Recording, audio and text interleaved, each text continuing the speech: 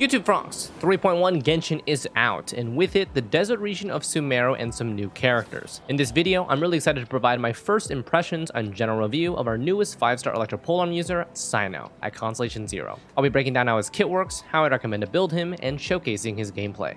Quick disclaimer, footage in this video was recorded early on the media server prior to official release. Alright, let's dive right into it. Enter the General Mahamatra of the Academia. His base design is a mixture of similar mechanics from Xiao and Razor, combining an on-field burst infusion with a normal attack and elemental skill spam-heavy playstyle to produce something like a close combat fighting game character. With attack scaling multipliers and an elemental mastery scaling passive, CYNO is a standard electro DPS with a dual attack elemental mastery synergy. Normal attack, charge attack. Now, contrary to Xiao, CYNO's normal attack and charge attack talent is practically useless. This is due to CYNO's burst providing a separate set of multipliers that go into effect upon activation.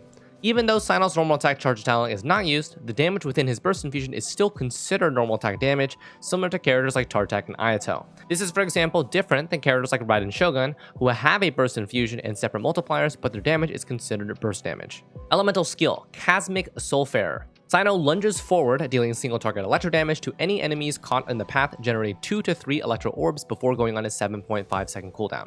If CYNO is in his burst form, Cosmic Soulfarer becomes Mortuary Rite, dealing AoE electro damage around him with a roughly 20% damage increase over his non-burst multiplier.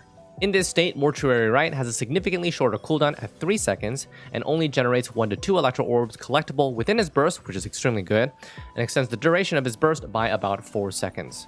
Now, CYNO's full elemental burst, Wolf's Swiftness. Upon activation, CYNO enters his burst infusion state, Paxorn Path Clearer. In this state, he gains Electro Infusion, 100 increased elemental mastery, increased interruption resistance, and immunity to electrocharge damage. This is where his elemental skill changes to Mortuary Rite, reducing the cooldown to 3.0 seconds, down from 7.5 seconds. This change seems to be an immediate 4.5 second reduction, since I'm able to activate an elemental skill right before entering burst mode and having it available nearly right away. During this phase, his multipliers are defined within his burst talent, but count as normal charge plunge damage, meaning they are buffed by things like 4-piece gladiator bonus and weapon passives like White Tassel.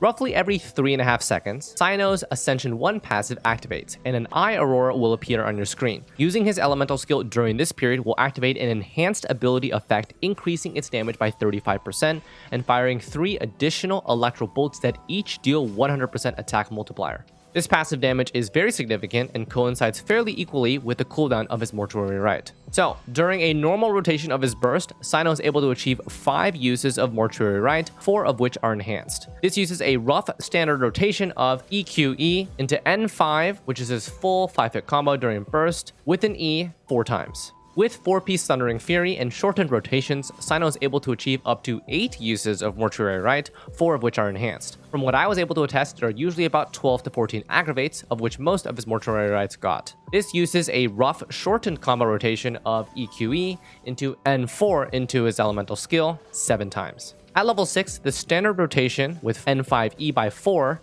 combines for a total of 4,002% multiplier value over 18 seconds, while the Thundering Fury combo with good rotations combines for a total of 5,500% multiplier value over 18 seconds. These values do not include the A1 Featherfall 35% increase or aggravate increases. They are strictly multiplier value calculations. The duration of his burst starts at 10 seconds, but can extend to 18 seconds with his Mortuary Rites for up to 90% uptime. And while the 80 energy cost seems high, his elemental skill procs within his burst do generate energy, making it basically mostly a non-issue in most team comps. In these demonstrations, you can see that my CYNO is able to refund over 50% of his burst basically solo, running 120% recharge. The damage that you'll notice for his Thundering Fury rotation is very small since I'm using a level 1 1-star weapon. With his Ascension 4 passive, CYNO also gains unique Elemental Mastery synergy for his burst normal attacks and the Duststalker bulk procs during his A1 enhanced elemental skills. These are flat ammo bonuses like Shenhe and Yunjin based on his raw Elemental Mastery and scale into his crit damage and extra damage bonuses. Now on to talent priority. This is important. His normal attack talent does not matter. His burst talent has a separate set of multipliers that kick in during his path clearer state. So elemental burst is most important, following with the elemental skill, and then much more valuable than normal attack talent, which I'd leave at level 1. Elemental burst is important for obvious reasons, and elemental skill is nearly as important due to its low cooldown, heavy hit during his burst mode. As you can see, leveling his burst directly increases his unique set of multipliers in that mode. So, that's a breakdown of what to expect from his kit. A grand overview at Constellation 0 describes him as a greedy on-field Electro-main DPS, weaving left clicks and elemental skills. Let's go over my preliminary recommendations for weapons and artifacts. When it comes to weapons, his roster is very similar to Xiao's, except with a focus on normal attack damage instead of plunge damage. Stats show a straightforward focus of crit rate crit damage, electro damage, normal attack and elemental skill damage, and a balance between elemental mastery and attack percent. And while he may be somewhat sustainable on energy, because he has such a long on-field time, supports may not have the liberty of generating that many particles. For this reason, sprinkling 3 to 5 substats of energy recharge is in your best interest. This lies between 120 to 130% recharge. Before we dive into his weapon roster, a look at his signature, Scarlet Sands. It has lower base attack, insane crit rate secondary stat, and a unique conversion of 52% elemental mastery into a bonus attack. This is further improved when elemental skill hits opponents for 28% elemental mastery to attack, stacking up to 3 times for 84%. In total, at R1, this weapon at max stacks grants 136% of its elemental mastery into his attack. So this signature weapon is definitely tailored specifically to CYNO, who utilizes both the elemental conversion as well as a low cooldown spammable elemental skill for maximum stacks. But, as is common with recent signature weapons, this is relatively niche for polearm users. Those who aren't aiming to pull for signature weapons can look to the following other options.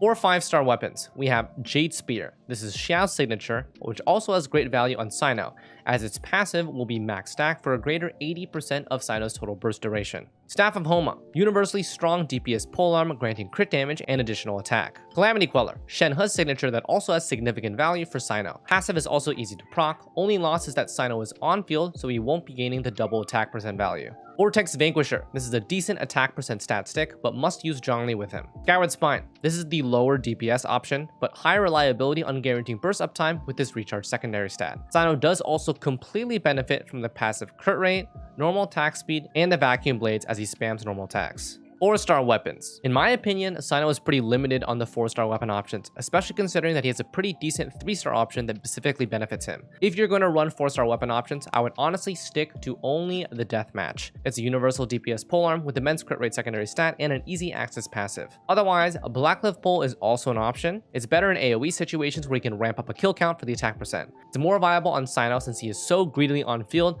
that he actually will gain value from the passive. Lastly, and this is not shown because I have not crafted it, the Ketane Cross Spear. This is only if you've already crafted it. It is weaker than our 3-star option.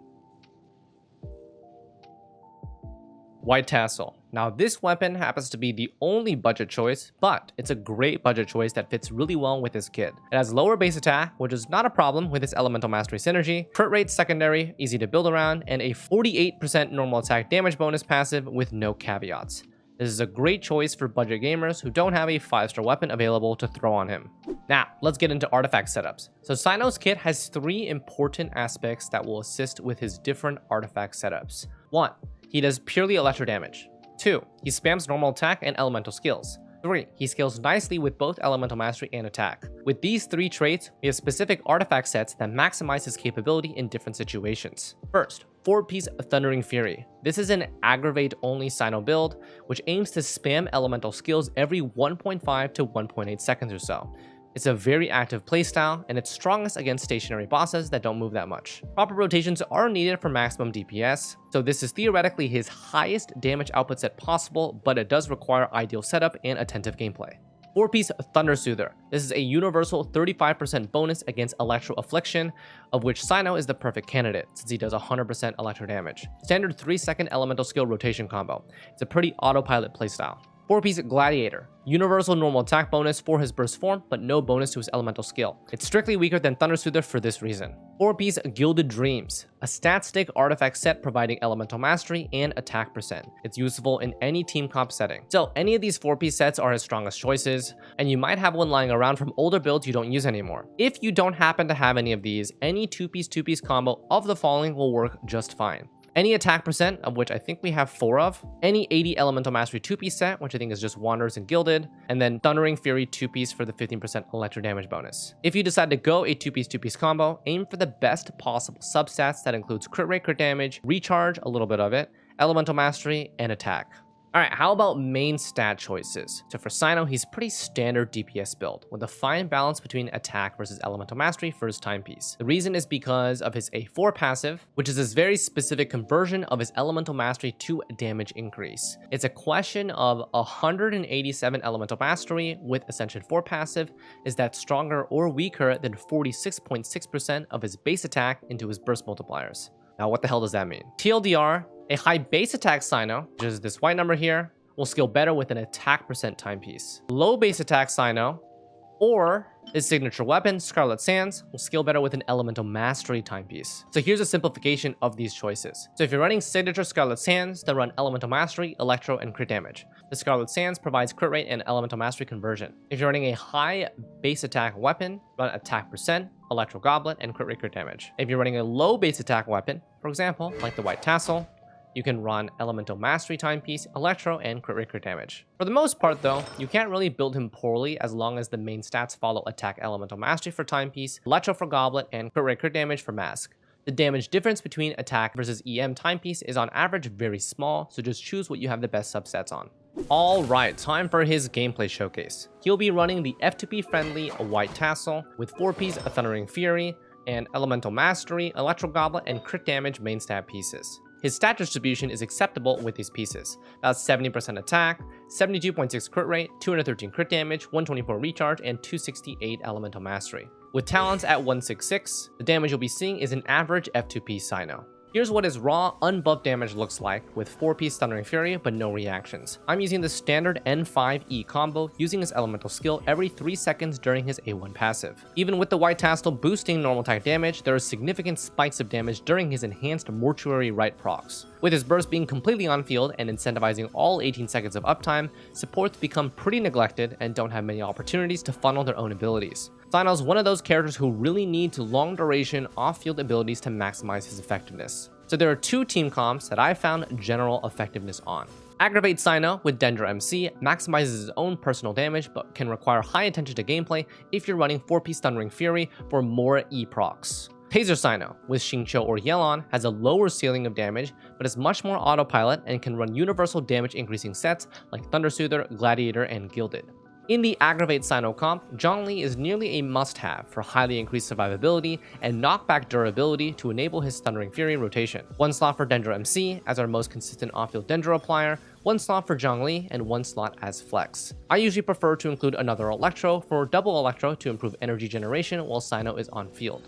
For the more confident players, expert at dodging, Zhongli is replaceable for Kazuha to incorporate Electro res shredding and buffing for higher damage ceiling. However, because of CYNO's heavy on-field time, Kazuha's burst uptime is really important for maximum shred effectiveness during the entire 18 seconds. In the Taser CYNO comp, CYNO pairs with either Xingqiu or Yelan, or both, in a much more autopilot-friendly rotation. They both have long-duration bursts and relatively self-sustainable kits that don't get too negatively impacted by CYNO's long on-field time.